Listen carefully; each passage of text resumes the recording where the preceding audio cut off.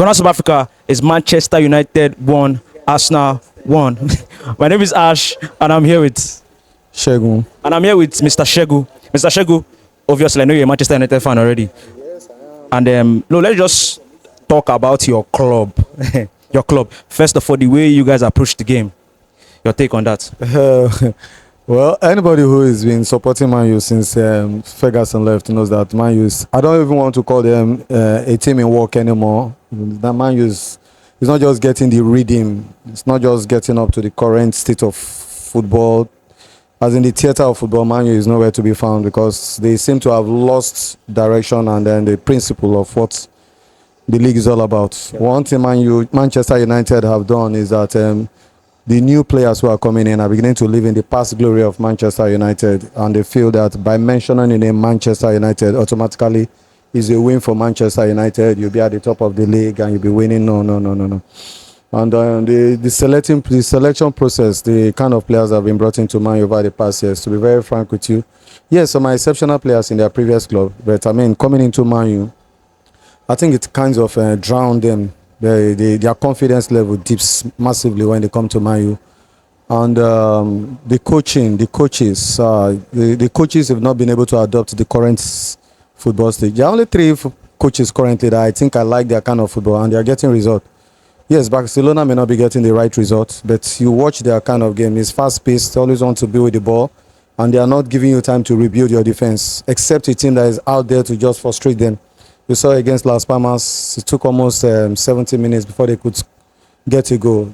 Las Palmas came out the same way they came the previous match, where they won Barcelona 2-1. They thought they were going to go away with maybe a draw at most, but unfortunately, that was the team that came out to win the match. You could see the fight in the players, the zeal, the passion. They always want to be the ball. They're always pushing forward. But I mean, then the likes of Liverpool too is also playing the same kind of football. PSG is currently playing the same kind of football, and I will not be surprised if PSG knocks out Liverpool. Going by the first leg, it was an unfortunate result for them. But Man City has lost that pace in the sense that I think the overhaul of the players and the ability for the new players to adapt to the strategy. They've probably been playing a certain part of football over the years, and are coming in to adapt to this new pattern. It's the coaches like Guardiola want results immediately, and why there are some coaches who believe that they should transition the players through a stage. And if those players, maybe out of naivety or fear, or they are not able to do well. But for a new coach, when you're bringing in new players, I think for an old coach, if you're bringing in a new player, I think the best thing to do is for you to mix the old players with the new players, give them more playing time, let them build their confidence. There are some matches where you can afford to bring them to start and then you gradually pull them out. But Manchester City's current football is appalling in the sense that they give the opponent too much room to defend. But coming to talk about my own club, which is Manchester United, I don't even know where to place Manchester United. There's no teamwork. There is no transition. There is no. Man is just lethargic. They are poor to watch. There's nothing exciting. You can't even see Man U string 5 passes together in the opponent half. It's only when they are on the counter, maybe they just want to. I mean, who still plays that kind of football? Even Liverpool plays counter, but it's an offensive kind of game where they still want to win the ball, and then they transition quickly.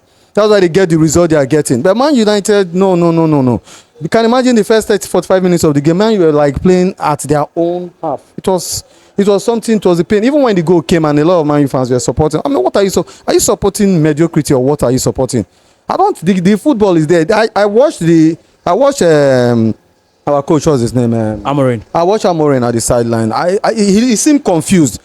When Man U were leading 1-0, to me, it felt like I wish the match could just end now so that the pressure on me will reduce a little. Maybe I can scrounge another result out of this again. But they are not going forward. I bet you, to be honest with you, if Man U go to a League One team, they will struggle to win.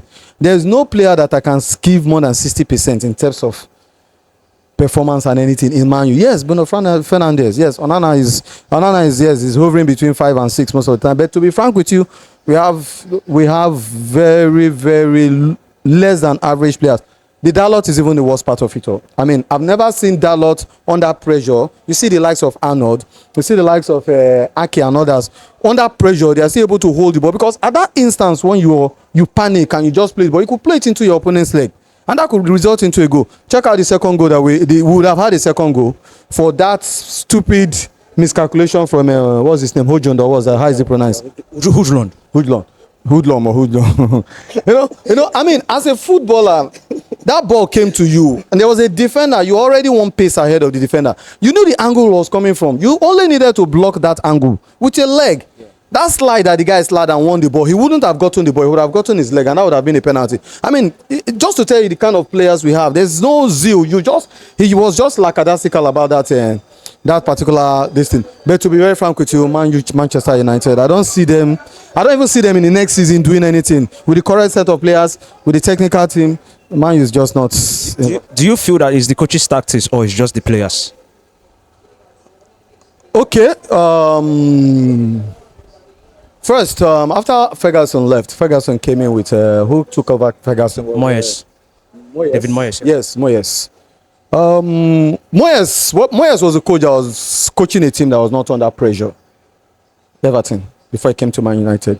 Everton wasn't seen among the top contenders of the Premier League, so he could have all the pleasure of trying, losing, and not getting. As long as it comes between 6 and 8, it's okay for his employers. But putting your feet into the shoes of Sir Alex Ferguson, someone who has won several Premier League, FA Cup, and the Champions League, you know that you have a big gap to fill. So I think the position overwhelmed him. Coaching as being the coach of Manchester United was a very big task for him, and then managing the players at the same time. I mean, when he had likes of some very good players, and then they've been playing under the old coach, ability for you to control them and get the pattern out of them was a key factor to why that didn't leave. But if you transition down, then the other coaches have been coming. They've been more like this pack the boss kind of coaches, and they're all coming with different kind of strategy. The same strategy: pack, counter. They are just testing the players with different strategies, and over the time, the coaches started changing the players and not being able to get the kind of players they want, because all they wanted was people who don't hold on to the ball. All they want is somebody who just gets the ball and sends it up front.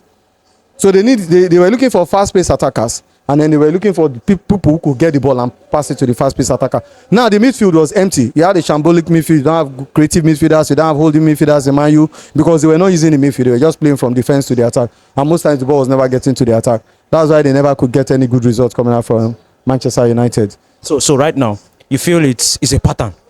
It's been a pattern, and the kind of players they've been buying, to be frank with you, the players they've been buying, they are not.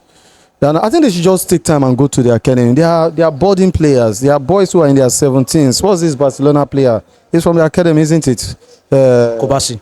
What? Kobasi, the defender. Yes, there's this other attacker. What's this small boy too? Femi Lopez. No. The one that plays for Yamal. They're all from academy. You see the passion, the hunger when they want to play. It's not like this.